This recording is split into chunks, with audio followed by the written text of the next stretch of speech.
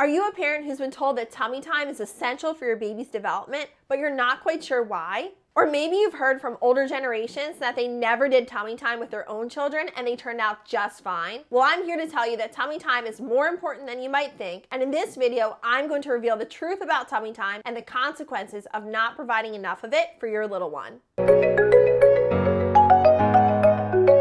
Hey, it's Morgan, and welcome to the Passable Parent channel. Before we get started, don't forget to like, subscribe, and turn notifications on so you don't miss out on any future videos. Thank you so much for your support. So even though your parents or grandparents may not have called it tummy time, they were still providing babies with the same benefits through everyday activities. Whether it was holding them on their stomach while they were awake and supervised, or by placing them on their stomachs to play, they were still giving their babies the opportunity to develop their motor skills and strength. But now we know so much more about the importance of tummy time and why it's crucial for your baby's development. In this video, I'll be sharing with you the latest research and guidelines on tummy time and why it's important for preventing flat spots on your baby's head, developing their neck, shoulder, and arm muscles, and reaching developmental milestones. But that's not all. I'll also be discussing the consequences of not providing enough tummy time and how it can lead to delays in your baby's development, and even cause an issue that requires a helmet to fix. So if you're a new parent who wants to give your baby the best start possible, or if you're just curious about the truth behind tummy time, then make sure to stay tuned until the end of this video and to subscribe to the channel for all my videos to help give your baby the best start possible. In the past, it was common for babies to be placed on their stomachs to sleep as a way to reduce the risk of sudden infant death syndrome, or SIDS.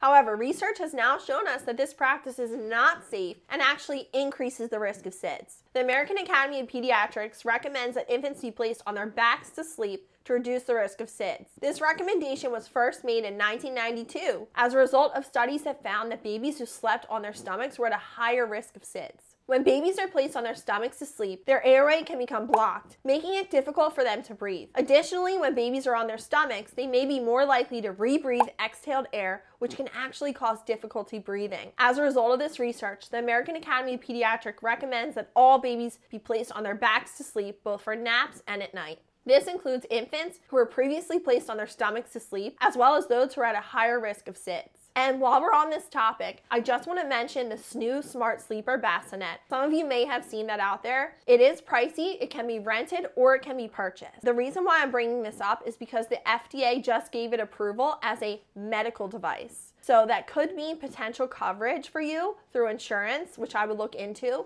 And also they have healthcare provider discounts if you send in a picture of your medical license, and military discounts. You just have to contact the company that manufactures the SNOO, which is Happiest Baby. I'll link that information down below for you. But I want to mention that sleeper because it is the only known medical device that keeps baby in a safe position for sleep on their back. That is something that you can do right there to decrease your child's risk of sudden infant death syndrome. So I thought it was important to mention that, and I will list that SNOO down below for you and the details on it. Tummy time should be done while the baby is awake and supervised, not during sleep time. Tummy time should be done in intervals and not all at once, and it's never too early to start. Even newborns can benefit from short periods of tummy time, as long as they are healthy and there is no other medical problem that your pediatrician and doctors will tell you to stop them from doing tummy time. The recommendation is that your baby starts tummy time as soon as day 1, day 2 home from the hospital. So it may be just a few seconds at a time, but it's really important to start with that tummy time. It's important to follow the recommendations of the American Academy of Pediatrics and to always place your baby on their back to sleep, as it is the safest position for a baby to sleep in, as we touched upon earlier. Tummy time, again, should be done during the day only and when baby is awake and supervised. But first of all, what is tummy time? Tummy time is when a baby is placed on their stomach while they are awake and supervised. It's an important activity that helps develop their motor skills and their strength, as well as prevents flat spots on their head. Now, let's talk about the costs of not providing enough of this tummy time. When babies spend too much time on their backs or in a seated position, they miss out on important opportunities to develop their neck, shoulder, and arm muscles, and their core. This can lead to delayed motor development, including crawling and walking. Additionally, not enough tummy time can also lead to a flat spot on the back of the head, also known as plagiocephaly.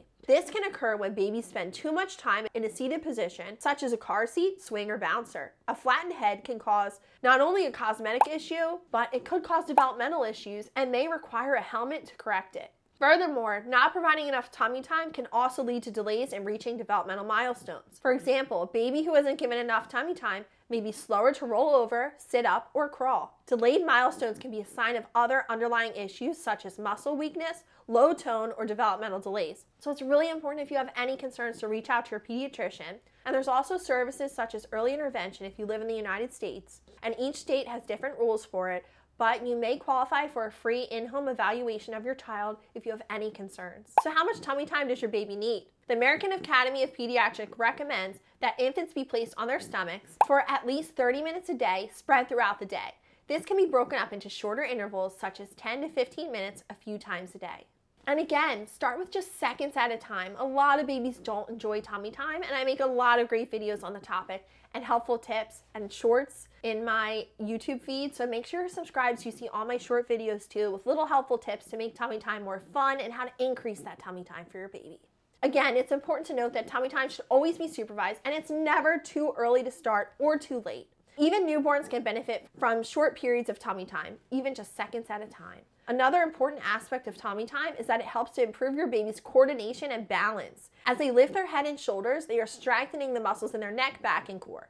Again, this helps them to eventually roll over, sit up, and crawl. Tummy time also helps improve your baby's sensory development. As they lay on their stomachs, they can explore their surroundings with their eyes and their hands. This helps them to learn about different textures, shapes, and sizes. And it helps them to figure out their bodies and spatial awareness and their bodies relative to the space around them. It's also really important to note that tummy time is not just for infants. Even older babies and toddlers can benefit from spending time on their stomachs. As they grow and develop, they will be able to spend longer periods of time on their stomachs and engage in more advanced activities. But again, I know that some babies may not like tummy time and can be fussy. To make tummy time more enjoyable for your baby, you can try different activities such as placing toys within their reach, singing songs, or talking to them. You can also try different surfaces such as soft blankets or a play mat. And I highly suggest getting down on the floor with your baby. A lot of parents don't really know. They put the baby down on the floor, they kind of take a step back, walk away, and they don't understand why baby doesn't like it. Baby doesn't like it because baby's on the middle of the floor and they think, oh my gosh, I just was left here. Somebody could eat me. I don't know what's going on.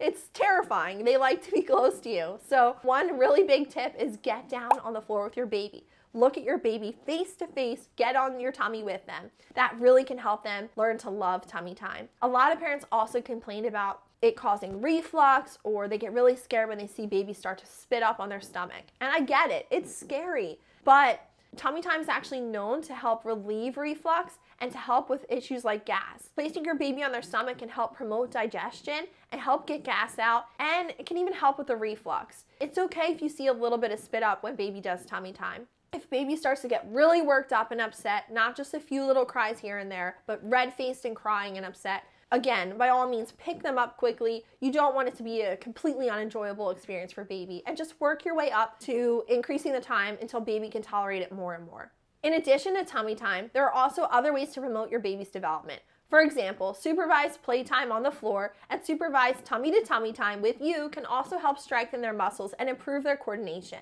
It's important to remember that every baby is different and develops at their own pace. Another important thing to consider is that tummy time should be incorporated into your baby's daily routine. This can be done by setting aside specific times throughout the day for tummy time, such as after naps or before bedtime. This can help tire them out too and help promote longer sleep stretches. Another bonus tip I have for you to increase tummy time is to have a spot in your home just set up and ready to go for tummy time. It's something you don't have to think about. If you have to keep setting a space up for baby, it's going to be something that you don't really get to. If you're making it harder for yourself, you can make it much easier for yourself if you already have a tummy time space set up in the home, because you can just go right to it. I find this easier, and this increases tummy time for parents. You also can include it as part of your regular playtime routine. You can make tummy time more fun by using different props such as a gym mat, a boppy pillow, or even a rolled up blanket. Make sure to check out my shorts. I have lots of great shorts showing how to do these things using these props and increase that tummy time. These props can provide support for your baby and make them more comfortable. It's also really important to note that if your baby has any health issues or medical conditions, you should talk to your pediatrician before starting tummy time. Most pediatricians are going to give you the green light on it, but there are certain circumstances where maybe baby cannot start tummy time right away. Your pediatrician is the best person to talk to and can give you specific recommendations and guidance based on your baby's individual needs. Lastly, it's important to remember that tummy time is just one part of your baby's overall development. It's also important to provide them with a healthy diet, regular sleep schedule, and plenty of love and affection. By working together with your pediatrician and incorporating tummy time into your baby's daily routine, you can give your baby the best start possible. In conclusion, tummy time is an essential part of your baby's development. It helps strengthen their muscles, improve coordination and balance, and enhance their sensory development. Not providing enough tummy time leads to delayed motor development, flattened head, and delays in reaching developmental milestones. It's important to make tummy time a part of your baby's daily routine and to incorporate different activities and props to make it more fun and enjoyable. If you have any concerns or questions, don't hesitate to comment down below or reach out to your pediatrician. Thanks so much for watching, and make sure you're subscribed to the channel so you don't miss out on any future videos, and I'll see you in the next video.